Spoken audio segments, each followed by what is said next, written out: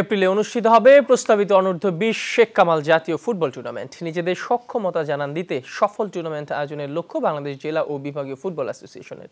জাতীয় দলের পাইপলাইন সমৃদ্ধ করতে টুর্নামেন্টের সেরা ফুটবলারদের দেশ ও বিদেশে দীর্ঘমেয়াদী প্রশিক্ষণ সুবিধা নিশ্চিত করার প্রতিশ্রুতিও দিয়েছেন সংগঠনের মহাসচিব তরফদার রুহুল আমিন।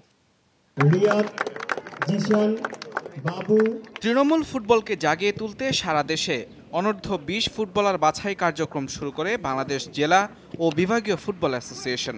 বাফুফের কোনো ধরনের সহযোগিতা ছাড়াই সম্পূর্ণ নিজস্ব উদ্যোগে চট্টগ্রাম ও রংপুর বিভাগের ফুটবলার বাছাই এরই মধ্যে সম্পন্ন করেছে সংগঠনটি।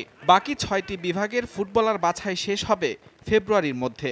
এরপর বাছাই করা বিভাগীয় ফুটবলারদের নিয়ে এপ্রিলে অনুষ্ঠিত হবে প্রস্তাবিত অনূর্ধ্ব ২০ শেখ কামাল জাতীয় ফুটবল টুর্নামেন্ট।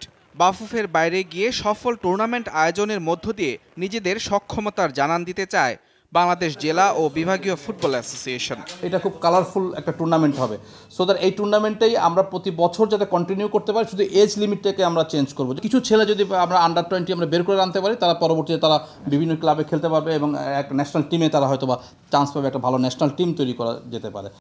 টুর্নামেন্টে সেরা ফুটবলারদের নিয়েও পরিকল্পনা সাজিয়ে রেখেছেন সংগঠনটির মহাসচিব। যে চ্যাম্পিয়ন এবং যে রানার্স আপ যে টিম, যে দুটো টিম হবে, যে দুটো ডিভিশন থেকে আসবে, তার মানে আমাদের এখান থেকে 25 যে 50টা ছেলে আসবে, এই 50টা ছেলেকে হাই পারফরমেন্স ট্রেনিংয়ের মধ্যে আমরা রাখবো। সেটা দেশের মধ্যেও থাকবে এবং দেশের বাইরেও থাকবে।